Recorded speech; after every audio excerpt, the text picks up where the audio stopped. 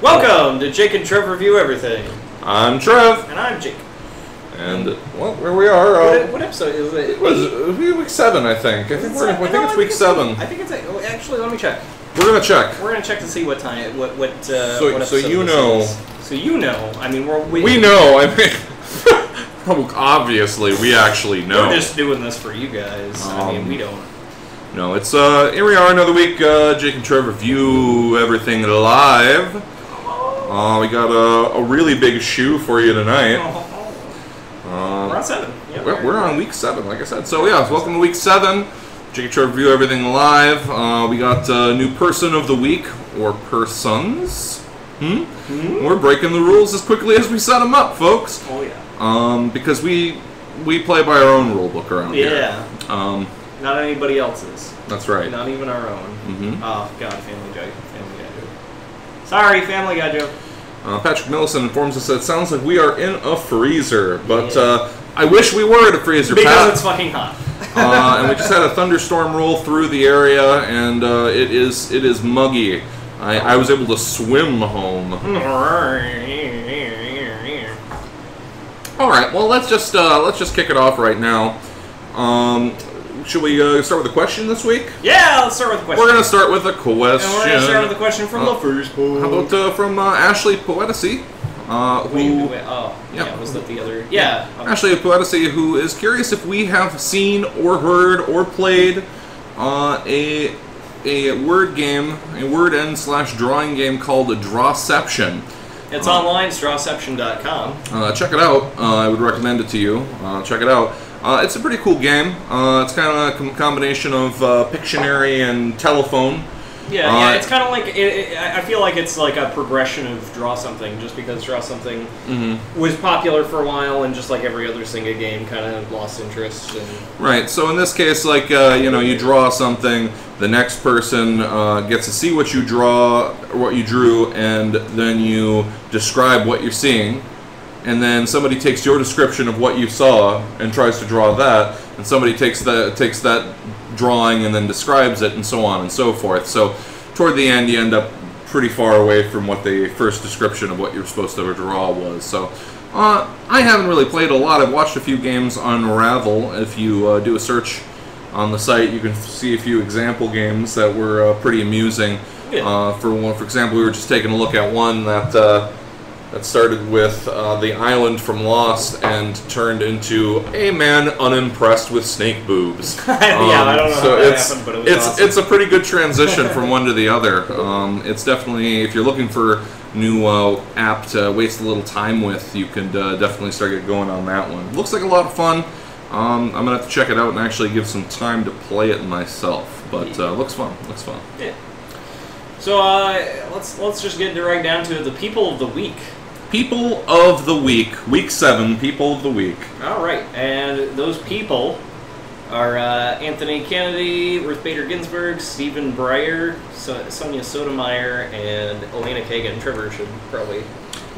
Should I No, pronounce I mean, names? like, yeah, because I don't. Yeah, I'm not very good. Ruth Bader Ginsburg, Stephen G. Breyer, Sonia Sotomayor, and Elena Kagan, as well as Chief Justice, or not Chief Justice, Anthony Kennedy. Excuse me, Chief Justice John G. Roberts. Apparently, did something. Did the money. But in any case, yes. That was in California. The five heroic Chief Justices. The justices of the Supreme Court, who... Chief Justices of the Supreme Court. It's a new show. They're Supreme Court justices. And they probably have superpowers. No. And they run a pizzeria. If you've been under a rock today, the Supreme Court has struck down DOMA, the Defense of Marriage Act, which basically enforced federal ruling on what a marriage is and who can get married.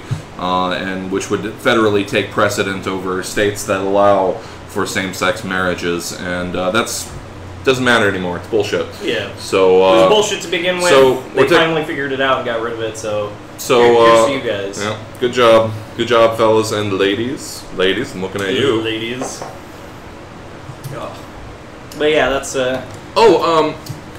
anecdotally, there was an interesting story about this. Elena Kagan, when she was being nominated to be on the Supreme Court, there was a big hullabaloo in the media because some pictures had surfaced. Pictures of a Supreme Court nominee? What could they contain that would be so scandalous they're talking? It was her playing baseball. It was her playing softball, Jake. Softball. Which even worse. Even more damning. What a lesbian sport softball is. And that was the implication that, she's gotta be a lesbian, and therefore shouldn't be a justice. Yeah, I was like, what the hell? No. Heads up their butts. The mainstream media's now gotta have better things to talk about. Which is funny because, to be honest, news week that week apparently. Yeah, from what I've heard today, at least on the feeds and stuff, I don't have TV. Well, but from what I heard, a lot of this news actually originated. Most of the news was being figured out on the internet, and in fact, the major news organizations were fixated on some scandal of the week. So it was like, what kind of underwear was this bulge in? We'll find out next. Side. Yeah, and then we report you really? That's important to, but it was... Well... It's good. It's good. On the other hand, there is some correlation. As Jake, you may know, I played softball in my youth, and I am a celebrated lesbian, so...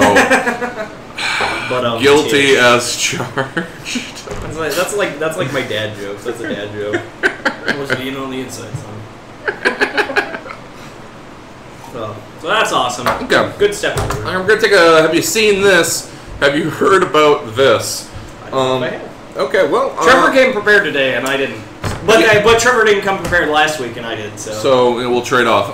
Have you seen this? Have you heard about this? Stephen Strange, the famous Doctor Strange of Marvel. There's some rumors brewing. Apparently, the current rumor is that he is going to be playing a pivotal role in Marvel Phase 3. Now, if you don't know... Are they already in... Well, they're planning Phase 3 now. But don't they have to... They're implementing Phase 2, planning Phase 3. So they... Wait, hold on. Phase 1 complete. Wait! Check it off. Hold on, Trev. Uh-huh. Now... to start planning Phase 3, that would mean that they have to be confident that Phase 2, which I assume is Thor 2, Captain America 2, probably Iron Man 3 was in that. Avengers 2, Guardians of the Galaxy. Well, I assume Avengers 2 will be after Guardians of the Galaxy and Ant-Man. Ant-Man also part of Stage 2, I understand. Yeah. That's a lot of fucking movies! Well, now, here's the real interesting part. Are you ready? Okay. I'm preparing myself. Hold on. They are hoping to prep Wait. Doctor Strange as a keystone character like they have with Tony Stark. So in Phase 3, the way that everyone looks at Iron Man now as like the central touchstone, keystone character. He's going to be the guy. Yes. Stephen Strange is going to be the guy of Phase 3, which is interesting. Of course, Thor is the closest to a magical aspect in the Marvel universe as we've gotten so far. I don't think, he's, technically he's an alien, so there's not a whole lot of magic with that. But... what I'm saying is it's the closest to magic we've gotten, and Stephen Strange, Doctor Strange, is unapologetically magical. Oh, he's all about the magic. He's the Sorcerer Supreme. He fights magic guys, he does magic stuff. But, the thing is that there's some character similarities there that are going to work in their favor. If you don't know, Jake, or audience, if you don't know, Doctor Strange, when he started out, he's a legitimate doctor. He's a neurosurgeon. I knew that. Neurosurgeon, I understand. You know that. I knew that. he does know that.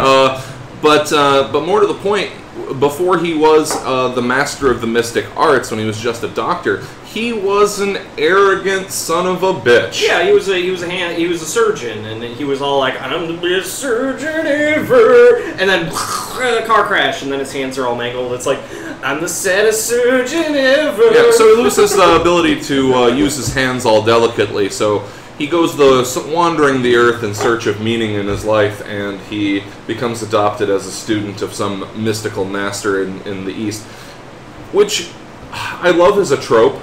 like from back in the day, where somebody would wander eventually over to the east to like Tibet or something and find magical parts of the east. Right, you'd find a yogi or a which I assume, I have to assume, knowing what we know now, that's kind of like somebody from the east wandering the magical parts of the west of the United States and finding a gunslinger who teaches them the ways of the cowboy. Sure. I want to see that. That'd be a great story. Well, actually, we had that. It was called Shanghai Nights.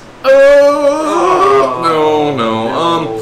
So anyway, yeah, that's kind of the big move that they're talking about. It's a lot of unconfirmed rumors still.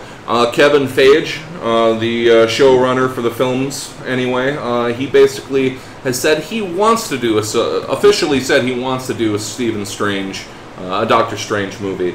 However, some fairly up-and-coming movie news organizations, including Latino Review, now like with a name like that, it seems like it would be oriented toward a specific segment. But apparently they've been getting some dynamite leads lately in the last year. In fact, they are a news organization first and foremost. Sure. And so much so, in fact, that they had the truth of the Iron Man 3 situation up and discussing that. I remember that beforehand. So.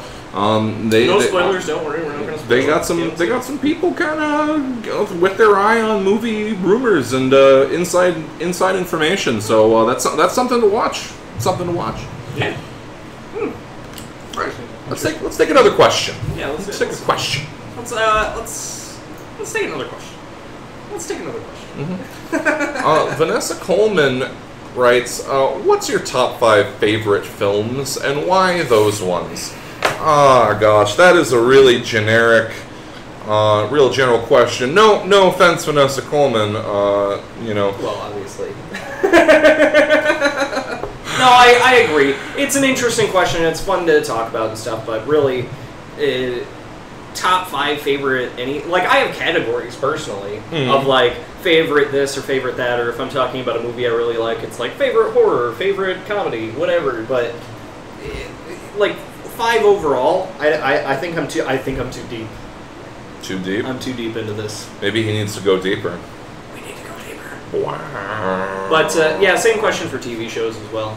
She asked. It's tough. It's tough. Let me, if I might list off a couple of my big ones. Yeah, sure. Inception. It's we have to go deep. It's very emotional. It's a neat kind of heist sort of movie without the traditional actually stealing money from a bank thing. Yeah. It entertains me every time I watch it, and I keep finding new little nuggets that I didn't notice before. So that's a real treat. John Carpenter's The Thing, one of my all-time favorites there. Reaching back in classics. We talked about this a little bit during the Walter Hill 3-piece we started the first season with, The Warriors. Not what anyone would call a great film, but highly enjoyed. It's a great film. You think it's a great film? Really? I think it's a great film. Wow, it's a great film. I really like it. It's really. Love it. He loves it. Yeah.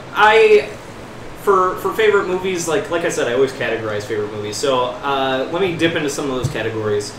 Favorite Bruce Willis movie? Hudson Hawk. Hudson Hawk, he says. Hudson Hawk. Favorite Bruce Willis movie? Yeah. I've been watching it since I was a kid. Which is funny because I feel like a lot of the humor is geared towards kids. It's not for kids. It's not for kids, but it's still very funny. Even after I got old enough to really look into it and stuff, there's still a lot of interesting things about the production, how this was a Bruce Willis film. He wanted this to be a movie. It wasn't just he got casted in it or anything. Let me take everyone back here in the Wayback Machine. We're going to climb inside with me and Jaco here. Did you know there was a time where Bruce Willis was not an action hero? What? No, It's true. He used to be more of a comedian guy. Arguably, this was kind of it wasn't really action. He played a cat burglar. Well, I mean, it's a step in that direction. Right. A more physical. It wasn't like at the time you weren't like, oh, I'm gonna, I wouldn't mess with Bruce Willis. He's a tough guy. No, yeah, he was kind of like a comedian guy. He was just, I think. Moonlighting, in particular, I think Moonlighting was just, that was like the 80s, mid 80s, late 80s, and then Hudson Hawk came out around the same time, a little after. Yeah. So there's that. I believe it was with Sybil Shepherd. Was it in Moonlighting? Mm-hmm. And they were was it Sybil Shepherd? I don't know. We'll look it up. But in any case, and he had like he was a blues player also. Like he did the harmonica and loved like singing the blues and so forth. And he had some like albums actually. I remember in my youth perusing the backroom used bookstore in Watts. Yeah, Sybil Shepherd. You're right. Yeah, and and there was a Bruce Willis Does the Blues album. Yeah. And I couldn't help but chuckle to myself. Well, Bruno did he was also Bruno. Yeah. Another category I would say, one of my favorite movies, favorite time travel. I love time travel as a genre. I think there are so many things. It's weird because there are other tropes, there are other devices in movies that you can use as kind of the overall. Obviously, like, split personality seems to be a pretty big trope, where it's like, it turns out they're two people and not just one, or, whatever. But you can do so much with time travel that I don't feel like it's used up exactly yet. I feel that some people use it in very similar ways that other people did. Mm-hmm. But I feel like time travel itself has not been fully explored in cinema. And my favorite time travel movie of all time, and Trevor already knows, is Primer. Primer is my favorite time travel movie. It's not really the kind of movie you're like, oh, let's sit down and watch a movie and play cards and eat potato chips. It's not a light fare. No, it's something that's fun to study. I mean, I'm a huge nerd, so I love being able to sit down and watch a movie from front to back and be material scientists are still examining the film Primer for its heretofore unknown density. Yeah, there's so much plot in here you don't notice the first time you see it. And then you go back and you're like, wait, what? That was supposed to... So, I mean, and that was part of the complaint when it came out, was a lot of people were like, I don't really know what's going on. They did leave out some plot elements where the first time I watched it, I'm like, wait, there's a new character and I don't know about it or whatever. But upon, it's something I can watch over and over again and find something new about it. Have some discussions with friends or myself about the movie, and it's always been good. Kevin Smith told me, Jabber the Fast Tag says, Kevin Smith told me Bruce Willis is an ass. From what I've heard, I'm sure there are personally. Told you personally? That would be sweet. Kevin Smith's number? Hook us up, brah. We would love to talk to that guy. We want to talk to Kevin Smith. And awesome. surely he would love to talk to us. Yeah. And would not be too busy at all. But yeah, it's a tough question. So we'll pull up another question here while Trevor cleans the spilt coffee he spilled all over the table. And, what a dummy! Called out. And so we'll ask another question and get your guys' questions ready for us to answer them. Let's see. Well, we're not doing that. We already put a post-mortem on Fuck Murder Mary. Wait, what? That doesn't make any sense. Oh, okay, yeah, it does. I kind of want to answer that one. Because it's, I don't know. It's kind of equal. It's kind of equal. Like in the other ones, it always seemed like it was like three totally wild and different things from different like mediums. Well, it says and at so the end forth. is Ghostbusters. Yeah, the Ghostbusters. Egon and Ray and Peter and Winston. Well, Trev, who would you fuck, murder, and marry? Well, I'd probably... And I'm going to assume that we're not counting Winston for this purpose, because either way it'll leave one person out. And if you're going to leave one person out... Oh, so who gets left out instead of Winston? I don't know. Maybe you could, like... What if you had to do... Let's make this rule then, since there's 4 of them. You have to do all 3 to the fourth person. Oh, wow. Not in that order, obviously. You couldn't, like, fuck, murder, and then marry them. You would have to, like, fuck, marry, and then murder them. Well, fuck Peter Venkman. Because... He's a charmer. No, I take it back. Murder, Peter Venkman. Because he's a con artist. And he doesn't love you. He's interested in what you're going to do for his career. He might show you some psychic flashcards or whatever, and try to skis his way into your pants. And I'm not all about that. So you'd murder him. So I would murder him. Wow. I would, you know, fuck Ray Stantz because you know he. Stantz, really? Sure. Well, because he seems like an okay guy.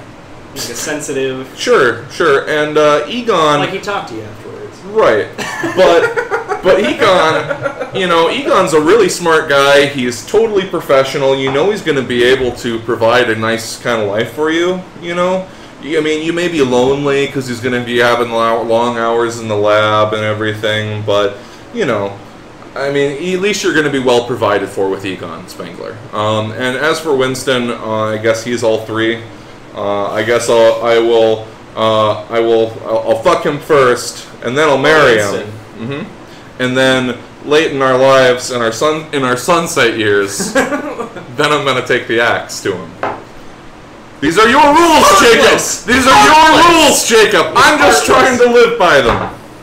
I would just like to remind the audience that Trevor just said on camera that he would murder 2 of the Ghostbusters. He's heartless. It's the rules of the game. Fine, I'll answer it. Alright, let's see.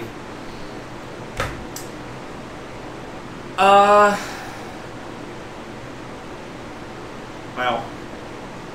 Fuck Winston. Nope, sorry. I'm sorry. I would fuck Venkman. Fucking Peter Venkman. He's a charmer. He's a charmer. He'd make you feel so special just for one night. Yeah. You know, just for one night. Yeah. I would marry Stantz. He seems like the kind of guy who you would probably. Well, now, Jake, I want to warn you right now. He's got double mortgage out on his grandmother's house. So I mean, he's already starting. Well, here's the thing. I would kill. Oh shoot. Yeah, I guess that. You're running out of Ghostbusters, Jake. I know.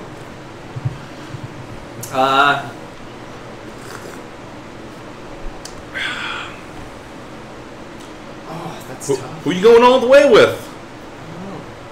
Who is going to hold you in their arms? It would have to be Stantz. I'm still going to go with Stantz. I said Stantz. I'm going to go with Stantz.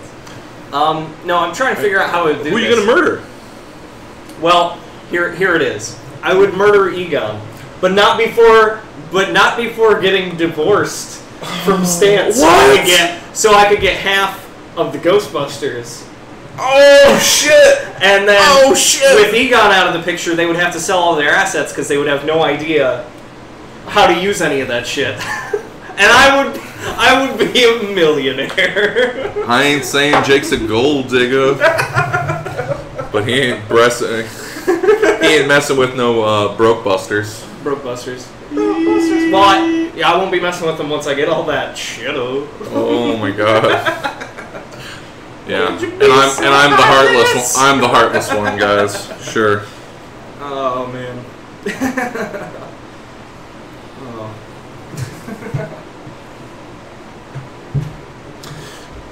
Okay, so. Yeah, that's right. Yeah. The Kevin Smith bit was from the Evening with Kevin Smith. If you really want to know about the industry, I think that's the most honest thing that I've ever heard about somebody working as a director or actor or anything. Kevin Smith goes up on stage, pours his heart out about it. Right. Regardless of how you feel. I hope you're all hearing this real well, guys, but anyway, all right, so yeah, Kevin Smith, a little unprofessional, I guess. He talks a lot about the people he works with after the fact, and I guess it's kind of a good way to kind of break down your relationship with these kind of guys. I don't know. I think it's a good touchstone for us, the people, because for the most part, Hollywood is this like weird, it's like Deer. it's like deer out in the open, like, oh, wild deer in the city, let's take a picture. So you have all these stars and like actors and directors and stuff. And Kevin Smith really kind of demystifies it for you. And, Sure. and I think that's important. Mm-hmm. That's why it's so popular. In other news, have you seen this? Have you heard about this? I found this while I was looking for the game Solar 2. If you've never played it, it's a great little app. It's available, I know, on the Android market as well as the Xbox Live market. I suspect other places haven't looked into it. In any case, while I was looking for it, Solar, I typed Solar into the Android marketplace, and apparently there is a bevy of joke apps on the Android marketplace. Solar charger apps, and what it does is it creates like a pattern on your screen that looks like solar charging cells, and then it'll display like a fake battery thing where it takes your battery's percentage where it was, and then it slowly adds to it over time, but in fact does not charge it because you cannot make a photoreactive cell that way. I love that gag. There's always a gag. I mean, there was a bit on the internet where somebody, like on April Fool's Day, it's like, oh, this new app you can taste stuff. And it's like, here, taste this on like an iPad or something. And like, how do people think this works? Yeah, are you really that... Like, I don't understand smartphones intrinsically. I understand that they work much like computers. They have a touchscreen, I guess. But aside from that, I mean, it's all applications. They're basically like mini programs. I don't know how anybody forgot that. But it's not like it magically transforms your phone into anything that it wouldn't be able to do otherwise. Like, are there really people that believe that? Like, oh, yes, you can taste this on your phone? But the best part about it is the user reviews, which are overwhelmingly positive. And here, I want to read one for you, or a few here. Wow, this app is a lifesaver. My battery was at 2% and we had a discharge, so all electricity was gone. This app is amazing. I connected it to my laptop while using the app. It had zero juice. As soon as I connected it with the USB cord, bam, the laptop charged. This app is a lifesaver. 2. The sun. Installed this app on a rainy day. Strange thing, when I tried to put it in the sunlight, the sun didn't charge the phone. It was the app that charged the sun. Wow. That's amazing. This is a must. From this testimonial. I mean, this is a must-have app, guys. If you don't have this app, I don't know what you're doing. What are you doing? This is space-age technology here. Need to get some replicators on that shit. I'm sorry, Trev and I have been watching a lot of TNG lately, so I have a Galaxy Note, and with the power of this app, I am able to shoot lightning out of this pen. Now I can return it to return to my home planet with the machine I made that requires 1.21 gigawatts of electricity. You shall be spared when my people come to wipe out the human race. To the app creator. I mean, the app creator's safe. We're not. So, oh man. Let's see. Oh, literally saved my life. Was out in the desert with no water, and my Jeep wouldn't start due to a flat battery. Luckily, I had a micro USB to jump leads converter, so I hooked up this app to boost the Jeep's battery. And 5 minutes later, I was safely on my way home. Wow.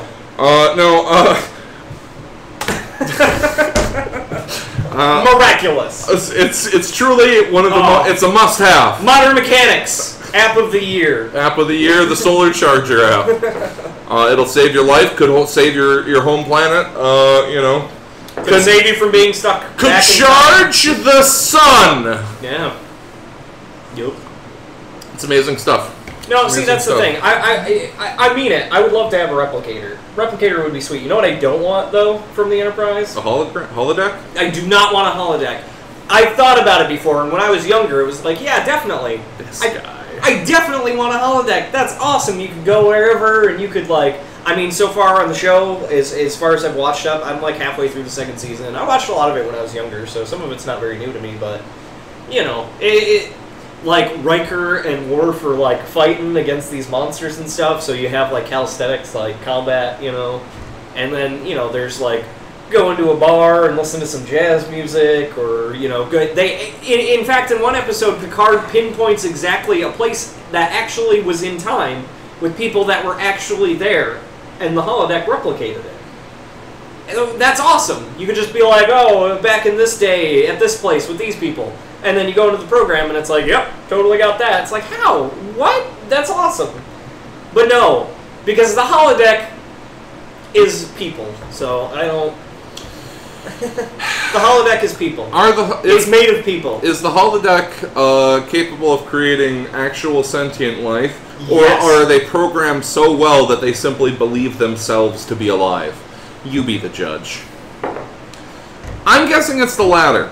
Because without getting too spoilery, in the second season, right, the Holmes episode with Moriarty? Yeah. In the second season, I believe it's called My Dear Data. Yeah. Is the name of the episode. Geordi and Data go into the holodeck to do a Sherlock Holmes-style adventure with the purpose of having somebody to challenge Data. And the computer chooses Moriarty. But apparently, in the interest of actually challenging Data, the computer endows Moriarty with even more fabulous intelligence and awareness. It sucks energy from the rest of the ship, which is my first question. Why would you give the holodeck the ability to siphon energy from a ship that is supporting life in outer space?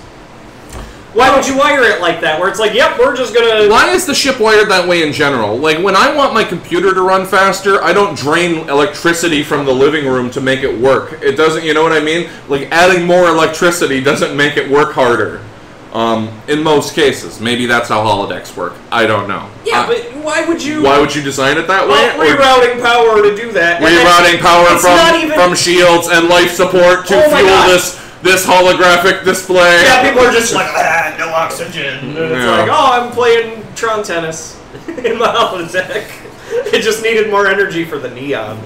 No, the dumb thing was like, okay, so there was that. Why would it be able to do that? The other question was, Geordi LaForge is the one who spurred the whole thing on, because Data would drag Geordi down to the thing and be like, let's do Sherlock. And Data would be Sherlock, and then he'd solve the mystery instantly. And eventually Geordi was like, this sucks. Like, we're in here for like 5 minutes. You already know how the mystery ends. Mm-hmm. Why the fuck even drag me here?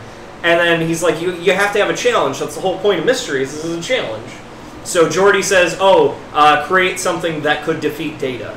And it was that syntax, it was the way that he said it, that got the holodeck to basically create... Right. So, Moriarty, at first... One word! He didn't say Sherlock, he said Data. Right. He was specific about this android guy. Right. So it produced somebody with an even more intelligent and capable brain than Data. How, though? How is that...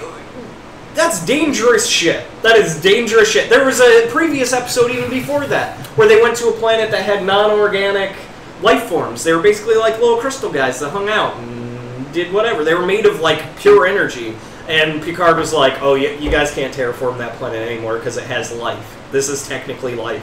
It's not organic, but it's, energy beings that can think and do all that. But then in this one, Picard's like, whatever, you're a program, who gives a shit? And it's like he's displaying the same things that you qualified that life form on the planet to be a life form. But you're just waving off the holodeck like, who gives a shit? You're just a program. Even though you are sentient and aware that you are a program and aware of your surroundings. See, I contend that the only way that you can logically make everything work without it being completely horrifying and make Picard out to be a bad guy is that it didn't really have those feelings. It was the computer was just simulating them in the interest of what would a person be like if you made it this intelligent. What would a program be like if you made it this intelligent and it became self-aware? So it wasn't actual self-awareness. It was a simulation of self-awareness. And Picard is such a sport that he didn't want to break the bad news and say, you only think you're actually conscious. This is all just a simulation. Computer down. See, now you're gone and you don't even feel it. Well, that's the thing, because even if you make a simulation of consciousness, that's still consciousness, because Data is the simulation of a human being. Well, there is a episode called The Measure of a Man that speaks to the whole issue of Data as a living thing, whether he is conscious, whether he is alive. So what's the line? I mean, that's the discussion we're having here, is where's the line?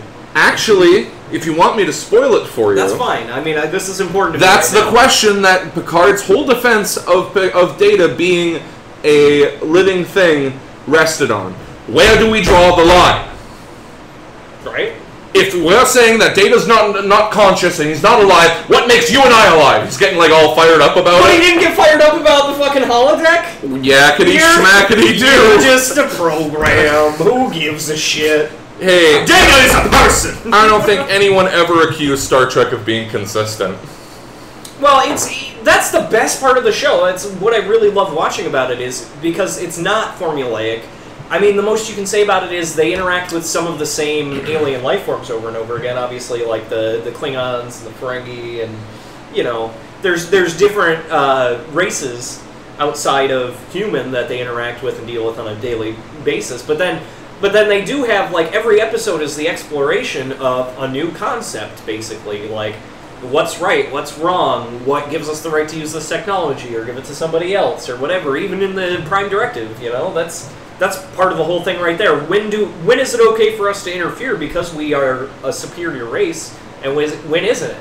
Or even more to the point, what makes us superior to them? Because we have cool gadgets? Because we have what we believe to be forward thinking? They even tackle that question a lot, where it's like, well, we can't interfere and like say that their judges or their courts or whatever are wrong, because that's their society. We can't sit here and point a finger at them and be like, you guys are doing it wrong, because that's how they live. Right. So, I mean, it's an excellent show in that way, but yeah, there's definitely problems with consistency across the board sometimes. Okay, so for when there not having been an actual question about Star Trek, I think we talked about it long enough. It was an interesting topic. I'm glad we talked about it. I hope you guys don't mind that we went off on a tangent there. It's very fun to talk about. I think it's fair to say if they're watching, they don't mind trips to Tangent Town. Beep, beep. Welcome to Tangent Town. Oh, boy. I don't know why I'm driving on the right. Let's see. Tom Marriott writes, what franchises do you hold as sacred, or too sacred to reboot/remake? And this is, he admits, partially inspired by the whole Michael Bay Alien Turtles BS. So Teenage Alien Ninja what's Turtles. So sacred? Teenage Alien Ninja Turtles. What's sacred? What can't we remake? What can't be remade or rebooted? Or at least really shouldn't be? Anything that we have a copyright on that we say that we don't want it remade. I honestly, like, this is, you know, you can show your outrage for it and stuff. Start a letter writing campaign, tell the people you don't want it. That's understandable, and I don't think that's wrong. But if you get down to the fundamentals of it, it's like people, you know, obviously Michael Bay did Transformers. He's going to do Teenage Alien Ninja Turtles as well. Maybe he'll move on through all the things like the kids loved. He'll probably go on to like oh man, a Michael Bay He-Man Popples, Snorks. We're gonna get it all. Glowworms. No, it's that. I guess if it has enough of a following, I mean, those are all kind of sentimental things, though. I mean, obviously we have DVDs and things of the Ninja Turtles, we have comic books and stuff, but have we really continued? I mean, they rebooted the cartoon, and nobody really had a big deal with that. Maybe I this did. guy. I did. They got these elephant feet. Why do these turtles have elephant feet? It doesn't make sense. And they all got bandages wrapped around their hands and feet. Make them look tough. Like they all fucking they all got stepped out of a burn ward a few minutes ago. Like, what the fuck's going on? No, I don't like it. People tell me it's good. I don't care. I don't want your turtles. Nickelodeon. Nickelodeon, get your turtles out of here. I don't want them. Too sacred to be remade. I'll tell you. The Goonies. Don't ever remake The Goonies, because it wouldn't have worked in any other time. Imagine how they would remake The Goonies now. Like, it's something with the time and place. I mean, there are a lot of themes that can be translated. The whole economic desperation of the families involved, and as sort of the root cause of why I don't think that's important as a setup. Well, I think it is, because, I mean, these kids... Yeah, every kid talks about going off and having an adventure, or plays at it, or pretends at it. But the thing is that these kids had a real impetus of, you know, if we don't come up with some harebrained solution for this fucking, you know, thing, then we're all going to have to move and get new houses and go to a different thing. So, I mean, that whole angle can definitely translate. I just don't see it working the same, especially with, like, cell phones. Like, imagine if, like, Data and Mikey and Lips and all those guys had fucking cell phones that their parents were beep, beep, beep, beep, constantly. Like, well, you could write that out, too. They could have cell phones at the beginning of the movie and then, like, fucking... Well, they end up in the water pretty quickly, water. yeah. I mean, there's ways you can get around it. I just don't think it would work the same. And I just don't see any reason why you would remake it. You know what I think the main argument is? And it's something that people kind of gloss over. I don't think anybody has a problem with a remake. I think people have a problem with a non-respectful remake. Like, people that don't have respect for the source material, that want to put out a product that people are familiar with, but also don't want to put in the time or effort to find somebody, or do it themselves, that knows enough about the thing that they're doing over that they can respectfully allude to that thing while also making a new thing. Because it's a very fine line to walk, and a lot of people just fucking throw the, all the rules out and say, fuck it, I'm going to do it my way, and damn the fans and damn the consequences. And that's the most important part. I think that anything could be remade as long as you pay respect to the original material and to its audience, and also bring something new. Because there are a lot of movies that get made... I mean, the Vince Vaughn version of Psycho was remade shot for shot, and that's pointless. We could just go back and watch the original movie at that point. That's an exercise in futility. Mm-hmm. Yeah, I mean, there's certainly a question of subjectivity here. Is like, what I would consider to be a faithful, respectful remake of something, Jake might not, or you might not. Right. So that's the thing. And not to get off on the whole thing here, but it just kind of popped into my head. People talk about less about it these days. Movies are pretty well considered an art form at this point, or it can be art. It's taken long enough. I mean, I hate to see... Also, real quick tangent, I hate to see how long it takes video games to be considered an actual art form. It'll take a while. But now here's the thing. People have made reproductions of famous, paintings, for example, but nobody is like, well, I'm the hot new artist on the scene in New York this season, and I'm going to remake the Mona Lisa. And I'm going to redo it my way. I'm going to do it my way. And nobody gives a shit. Nobody's like, this might be interesting, because it's, it's not the same. Well, nobody would consider a reprint or a recreation of somebody's painting or drawing to be art. So, I mean, now to follow that, would every... What do you're loading your ammunition there, Jay? I'm preparing to shoot down Trevor's art. Okay. That's fine. The painting thing, I don't think that's true with fiction, because even with writing, I think you're talking about... What we're talking about more is, like, storyline. I agree. Like, there are certain things that you just don't need to mess with because they're fine the way they are. Mm-hmm. And I agree with that. But the painting analogy doesn't work for me, because I think that stories have always been a communal thing, mm-hmm. that are shared not only with, by the writer, but they're shared with the people that read them. And also, I mean, fan fiction's a huge part of that. And I'm not just talking about, like, slash fiction or anything that people joke about when you think about fan fiction. But, for instance, H.P. Lovecraft had an entire, like, corral of fan writers that would write stories with his characters and his worlds. And he'd be like, yeah, that's cool. So, you have kind of a community there where you're kind of creating and stuff. I mean, the same fans that say, oh, well, Michael Bay can't turn the Ninja Turtles into aliens, could also be the same fans that are writing fan fiction where it's like, the Ninja Turtles team up with Hellboy, or, whatever. And so, it's weird. It's weird to say that individuals that aren't doing it for money or whatever, and maybe that's the determining factor, that they can take the story and twist it any way they like. But then you take it to Hollywood and say, all right, we're going to do this reboot, and then everybody gets up in arms over it. It's like, mm-hmm. Most art is communal. It's how you feel about it and how you want to make it your own and remix it, mm-hmm. that kind of stuff. But, no, Michael Bay is an asshole who just wants to make money off of things that we remember from our childhood. So I think that's the main argument there. Who's a bigger asshole?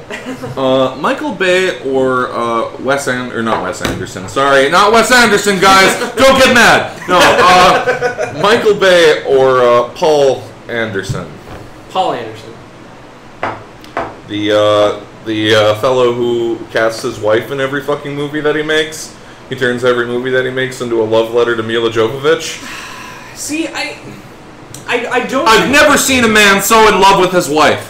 Like, I guess I'll give it to him on that note. Like, he's so in love with her and thinks she's so amazing and so great that he crafts roles in his movies around her. Right. Did you know, for example, there was a Three Musketeers movie he did a few years back, right? Was it just called The Musketeer? Was that the one you're talking about? I think or was it before that? I think it was The Three Musketeers or The Musketeers or something like Where that. they're like fighting on the barrels and the ladders and stuff? Yeah, and there's like an airship or something. Yeah, Mila Jovovich is in that as like some badass, heretofore, unknown, or very rarely mentioned former wife like Dumas would like sit up in his grave and be like, wait, who's she? Yeah, and she's like totally badass, and she's like flipping around and cutting and she is like Alice in the fucking Resident Evil movies, and it is so stupid.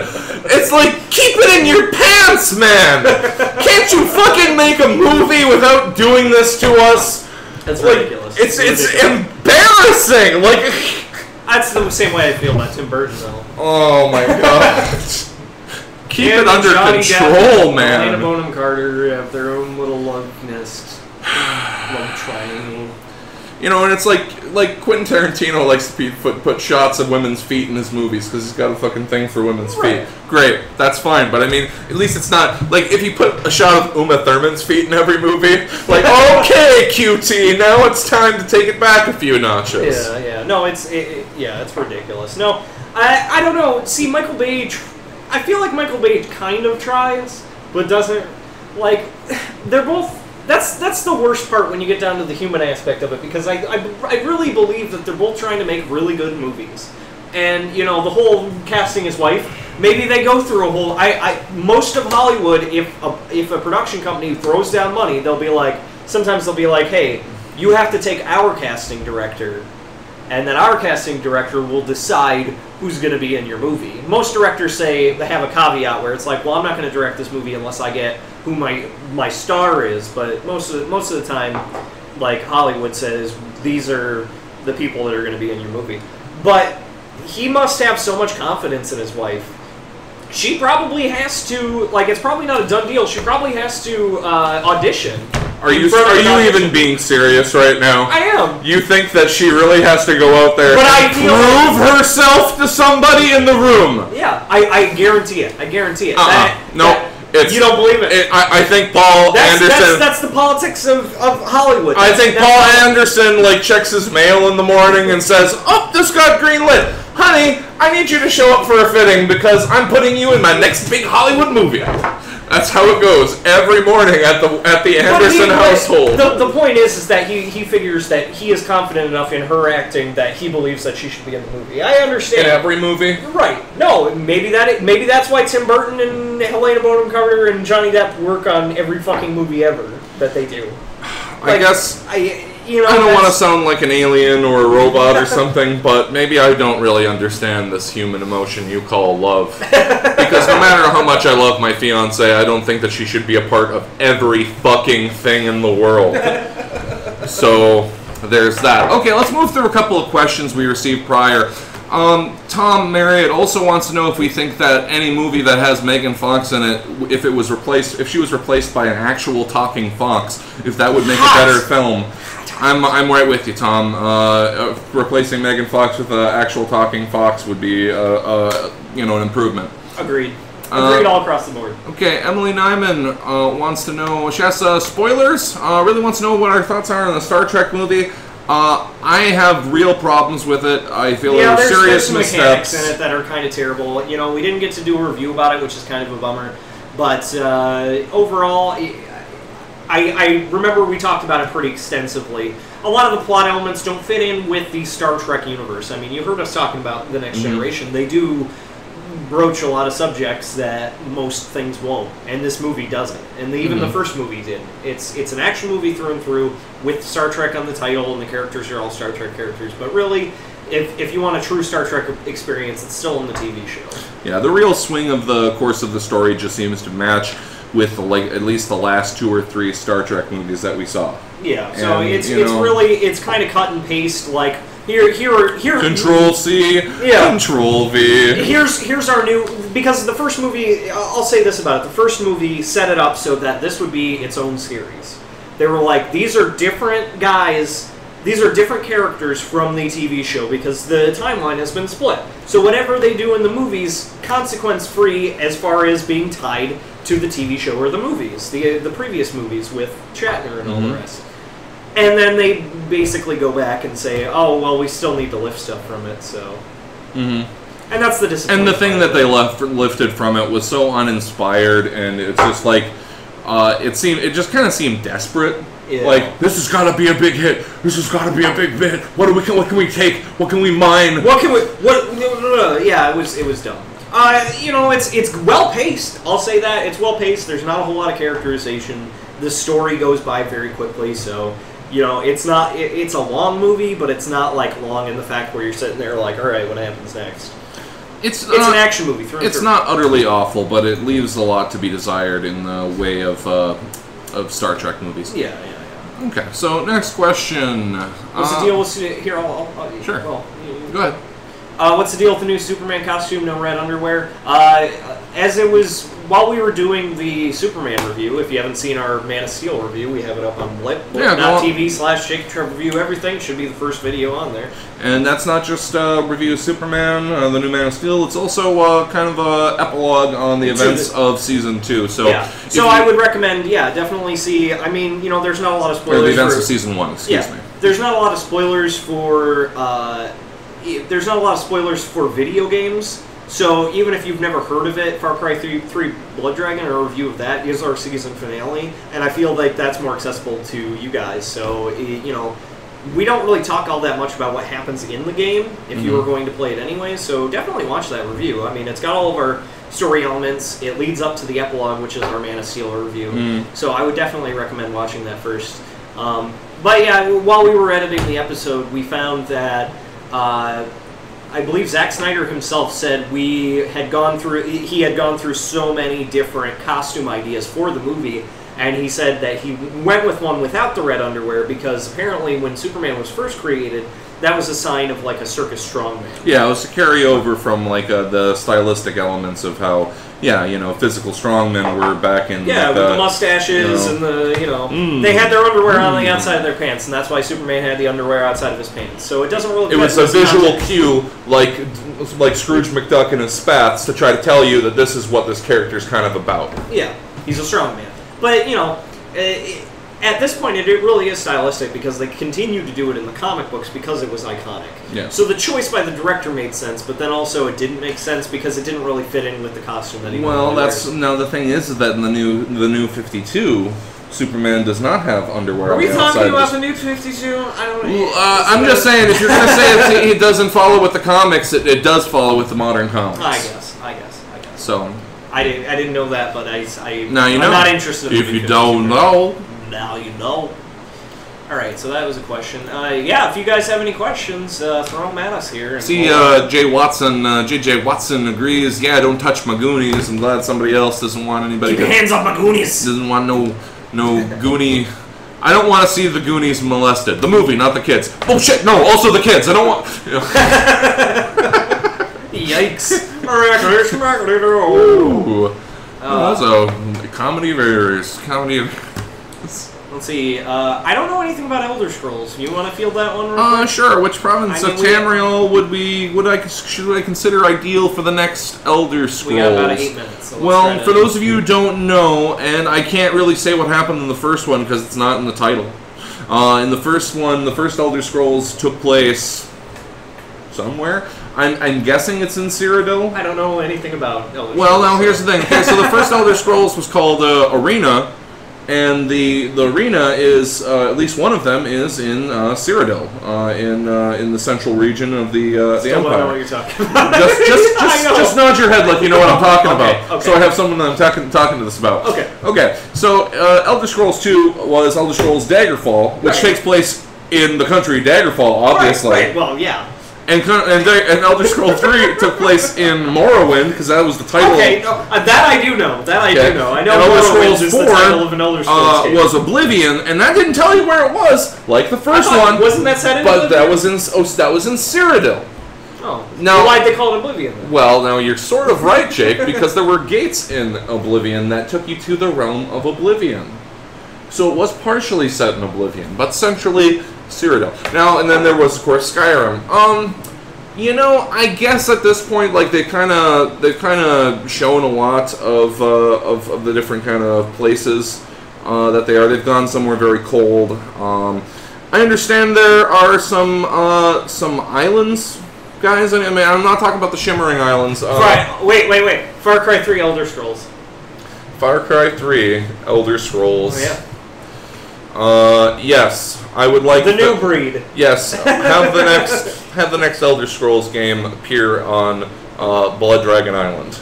Let's just jam all those games together. Mm-hmm. All the AAA IP, just one big game. They should do like a Marvel movie thing, mm-hmm. where it's like at the end of the game they allude to like another game and then they all team up and they just call it AAA, and it could be the biggest game ever. Oh my god! And everyone would make all of the money. Jake, stop talking, because you should be selling this idea to someone. Oh god damn it! Give it away for free. We're giving it away for free. You didn't hear it. You didn't hear it from me. Let's see. Kitty Paws, incredibly cute, but yet startlingly deadly. Yes. I'm glad you brought this up, Emily. Kitty Paws, as you suggest, are incredibly cute. There is a number of very complex mathematical ratios to take into account when you're talking about kitty paws. The softness to the sharpness, the angle of the Muddensoft to the density of the tiger whisker. No, kitty cats are great. Thanks, Sam. Oh god. Kitty cats are great. Kitty cats. Yeah. And then, Holly Rhinus asked, which is worse, suffocation or death by cat? Well, now, gosh, I understand when it comes to suffocation, like it's gonna be over pretty quick. Like you're gonna struggle for just a minute, but then it's over. You know, and then you pass out, and then it's over pretty quickly. Oh, we have some more questions there. A kitty cat could trip you on the stairs. You would fall down and lay on the ground like with a broken back for hours. And the kitty cat will just... Eventually, it'll get up on it'll eat you. The cat will eat you when it gets hungry. This is scary. This is scary. Cats are scary. Your cat's gonna eat you alive, Trev. Not mine. It's gonna just gnaw on your face. Mommy loves me too much. Oh god. Good lord. Okay, next question. Now that Xbox One is well on its way, how long until we see 360 games drop in price? Never. Never. Never happen. Never ever.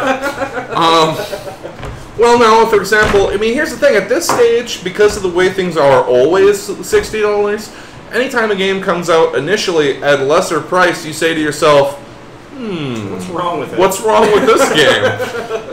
And sadly, I gotta say, Jake, Deadpool's coming out for $49.99, I believe. It's already come out for $49.99. I don't want to talk about Deadpool. I haven't been able to play it yet, and that makes me sad. Hey, viewers, the 4 viewers that are still watching, and anybody who watches the recorded one, send me a copy of Deadpool for the 360. We're going to make official requests. Anyone who wants to donate to Jake and Trev review everything. I am begging you. The game Deadpool. Please. If you have a copy of it, just lend it to me. We will do a review on it. I was recommended to rent it, but honestly, I don't even have the money to do that. So... I really want to play it. I really do. And it's, High Moon Studios, good for action, comedy, and stuff, and I like them a lot. But and I've heard good and bad things about the game. The one good thing that I've heard that makes me want to play it even more is that they really capture Deadpool in this game. And, even if the actual, mechanics of the game are kind of shitty, or, graphically it's not the best ever, I still want to play it because it's fucking Deadpool. So, yeah, You wanna? I don't want to make a habit of requesting our audience to send us stuff. But if you have a copy, you're in Marquette, you're done with it, or whatever, lend it to me. Okay. I got plenty of other games we can trade. Okay, we'll try to answer these last two pretty quick. Josh Reynolds writes, I've heard rumors of a new Bill and Ted. Where would you hope this movie takes the story? If it's true, that is. Well, through time. Okay, here's the thing. We've been hinting for a while that somehow Wild Stallions, Bill and Ted's band, is responsible for a emergence of a new utopia. And it's always been before, or depicting before, or theoretically after they've done that. They need to show how they do it. How? How does a rock band actually... How do you replace George Carlin? Well, you can't. And what they'll probably have to do is go to the future and the past and so forth to put together the pieces to make that society-changing move. And I guess that's where I'd like to see them take that story. I think would be awesome? If it wasn't just a report, because the first movie, obviously, they had to do a report, so they went around time to ask the different people about history. I don't know why their report was all over history, but I think it would be interesting if maybe one day that they woke up and they didn't know what had happened, but everyone just assumed that they did, that there was no rock and roll. No rock and roll. And they have to go through time to figure out who's messing with time to stop the inception of rock and roll. Well, see, the only problem is the bad guy from the last one was kind of anti-rock and roll as part of his whole shtick. Right, exactly. Right. And he could even come back. I think he might be dead. I think the actor might be dead. Yeah, well, yeah. It's an old movie. Most of the old guys in the movie are probably and Colorado Woody Menzel writes, do you think the next-gen console should support the mouse keyboard control scheme for every game out of the box? Yeah, sure. Whatever, if you want to go out and buy a mouse and keyboard. We're there, aren't we? I don't ever plan on getting a mouse and keyboard for my console because I should be able to control my console from a controller. And apparently the next gen is going to have fucking hand motions and at this stage, I would say for completeness and because it probably wouldn't be that hard, yes, I'll agree, Colorado, that they probably should. But on the other hand, I know that's a loaded question because you're a PC gamer. I know you.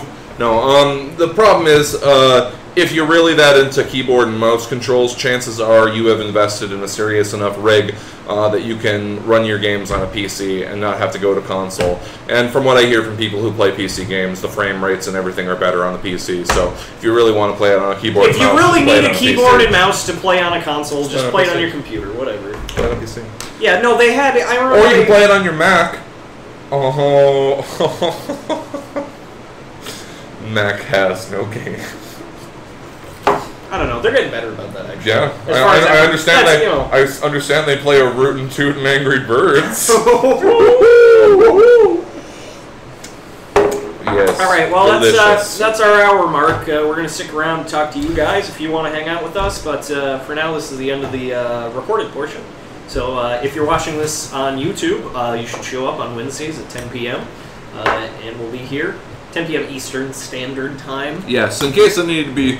EST. We're not operating on Greenwich Mean Time, despite how I'm sure a certain Mr. Marriott would enjoy that. But regardless, thanks for tuning in, guys. We're going to stick around here for a little bit after the official mark. But that's the end of Jake and Trev Review Everything Live. Thanks for joining us, and we'll see you next week.